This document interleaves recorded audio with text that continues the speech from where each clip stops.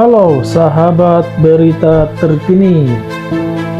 Mengapa menyerang kapal induk Amerika Serikat bisa jadi kesalahan strategis paling fatal? Nekat ambil langkah ini, Iran bisa hancur total. Ini artikel saya ambil dari YouTube-nya Naskah Redaksi. Kapal induk Amerika Serikat tidak pernah berlayar sendirian. Di sekeliling USS Abraham Lincoln selalu ada kapal perusak dan kapal penjelajah yang bertugas sebagai lapisan perisai pelindung jika terjadi ancaman. Tapi dalam setiap analisis perang, bagaimana jika tameng itu berhasil ditembus dan apa yang terjadi di kapal induk? Dalam skenario ini, Iran tidak menyerang secara acak. Serangan dilakukan secara terkoordinasi dan masif.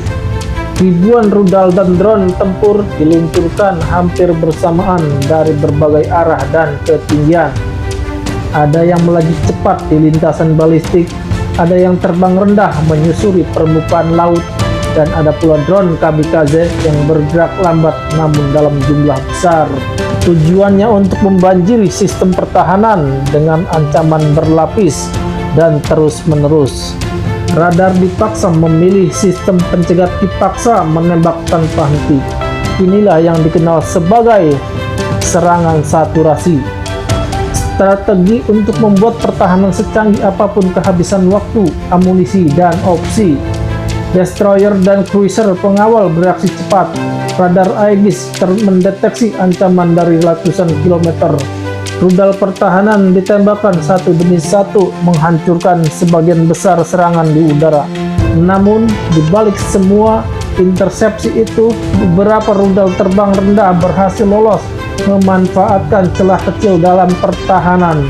Sistem perang elektronik kapal induk langsung aktif. AN-SLQ-32 mulai bekerja, memancarkan gangguan elektronik untuk membutakan radar pencari rudal. Sinyal musuh dipantulkan dan dipelintir, menciptakan kebingungan di sistem pemandu. Chip dan decoy aktif dilepaskan ke laut, membentuk target palsu yang tampak lebih besar dan lebih menarik di layar radar musuh.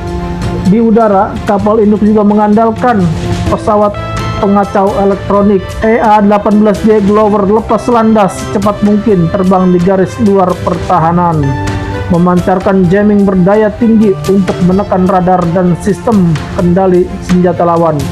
Sebagian rudal kehilangan kunci sasaran dan jatuh ke laut sebelum mencapai kapal, namun satu ancaman tetap melaju, tidak terpengaruh oleh gangguan. Terus mengunci koordinat target, semakin dekat, semakin cepat. Pertahanan jarak dekat kemudian mengambil alih. Rudal ram ditembakkan untuk mencegat ancaman terakhir. Jika itu belum cukup, CWS Valen mulai bekerja. Meriam otomatis berputar, menembakkan ribuan peluru per menit ke satu titik di udara. Sementara itu, saat serangan terjadi, bantuan dari darat hampir pasti akan segera bergerak. Pesawat tempur, pesawat peringatan dini, dan elemen pendukung lainnya dikerahkan secepat mungkin. Pesawat tempur yang lepas landas dari pangkalan darat tidak hanya berfungsi sebagai pengawal, tetapi juga menyapu wilayah sal serangan, memburu peluncur rudal, kapal, dan instalasi yang menjadi sumber ancaman terhadap kapal induk. Namun tetap ada jeda waktu sebelum kekuatan ini benar-benar tiba dan menguasai area pertempuran. Pada fase paling kritis tersebut, kapal induk dan gugus tempurnya tetap harus bertahan sendiri, mengandalkan sistem pertahanan berlapis untuk melewati gelombang awal serangan sebelum kekuatan udara dari darat mengambil alih situasi. Dan bahkan jika sebuah rudal tetap berhasil menghantam lambung kapal, USS Abraham Lincoln belum tentu tumbang. USS Abraham Lincoln dibangun dan dirancang untuk menerima pukulan.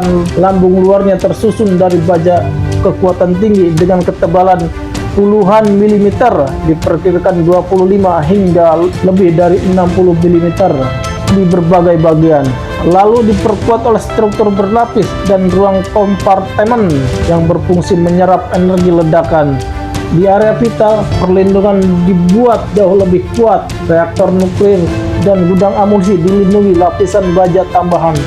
Struktur tahan ledakan serta sistem isolasi otomatis yang dirancang untuk mencegah kerusakan berantai. Saat benturan terjadi, kompartemen kedap air tertutup secara otomatis. Sistem pemadam aktif menyemburkan busa dan gas pemadam.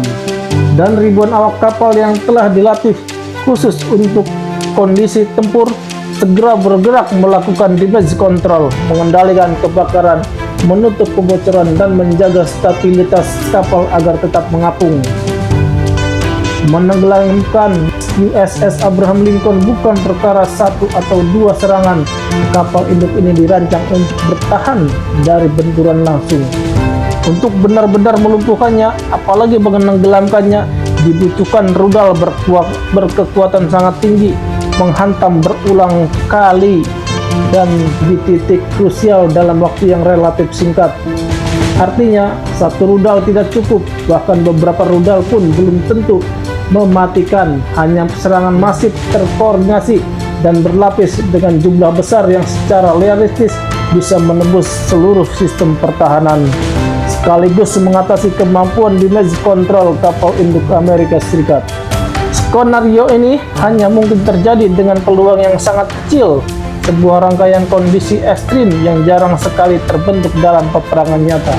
Namun, jika skenario terburuk ini benar-benar terjadi dan menyebabkan kehancuran penuh bagi salah satu aset Amerika Serikat, konsekuensinya justru akan meluas jauh melampaui yang dibayangkan lawannya. Dalam doktrin Amerika Serikat, serangan terhadap kapal induk akan dipandang sebagai eskalasi besar yang membuka jalan bagi respon penuh. Kapal induk lain akan dikerahkan ke kawasan, kekuatan udara strategis digeser, dan operasi gabungan lintas domain segera dimulai. Di fase ini, Amerika Serikat memiliki opsi untuk menggunakan pembom siluman B-2 Spirit, rudal jelajah jarak jauh, serta alutsista presisi tinggi dari berbagai arah. Serangan tidak lagi bersifat terbatas, melainkan sistematis, menargetkan pusat komando, infrastruktur militer, dan kemampuan tempur lawan secara menyeluruh. Hasil akhirnya, bahkan jika skenario awal memberi pukulan berat, justru berpotensi membawa kekalahan yang jauh lebih signifikan bagi pihak penyerang. Karena Amerika Serikat mampu mengalihkan konflik ke skala dan medan yang tidak dapat dengan mudah diimbangi. Dalam konteks ini, menyerang kapal induk Amerika bukan hanya soal keberhasilan taktis, melainkan keputusan strategis dengan resiko kehancuran besar. Sebuah langkah yang membawa konsekuensi luar biasa dan tidak dapat ditarik kembali. Tiap pihak yang mempertimbangkan opsi ini harus memahami bahwa dampaknya akan meluas jauh melampaui medan tempur awal, sehingga keputusan untuk menyerang kapal induk harus dipikirkan dengan sangat matang. Bahkan jika skenario paling ekstrim benar-benar terjadi, di mana sebuah kapal induk Amerika Serikat berhasil dihancurkan dalam konflik terbuka, hal tersebut tidak serta-merta menandai runtuhnya kekuatan militer Amerika Serikat. Kehilangan satu kapal induk memang akan menjadi pukulan besar, baik dari sisi militer, psikologis maupun politik. Namun bagi Amerika Serikat, kerugian semacam itu masih berada dalam batas yang dapat dipulihkan. Amerika Serikat saat ini memiliki dominasi industri pertahanan yang belum tertandingi, ditopang oleh kapasitas teknologi tinggi, jaringan aliansi global, serta kekuatan ekonomi yang memungkinkan pemulihan cepat dalam skala besar. Armada kapal induk AS tidak berdiri sendiri, setiap unit merupakan bagian dari sistem kekuatan global yang saling terhubung. Jika satu kapal induk lumpuh, kapal induk lain dapat segera digeser ke wilayah konflik, menjaga kesinambungan, proyeksi kekuatan, dan kehadiran militer di kawasan strategis.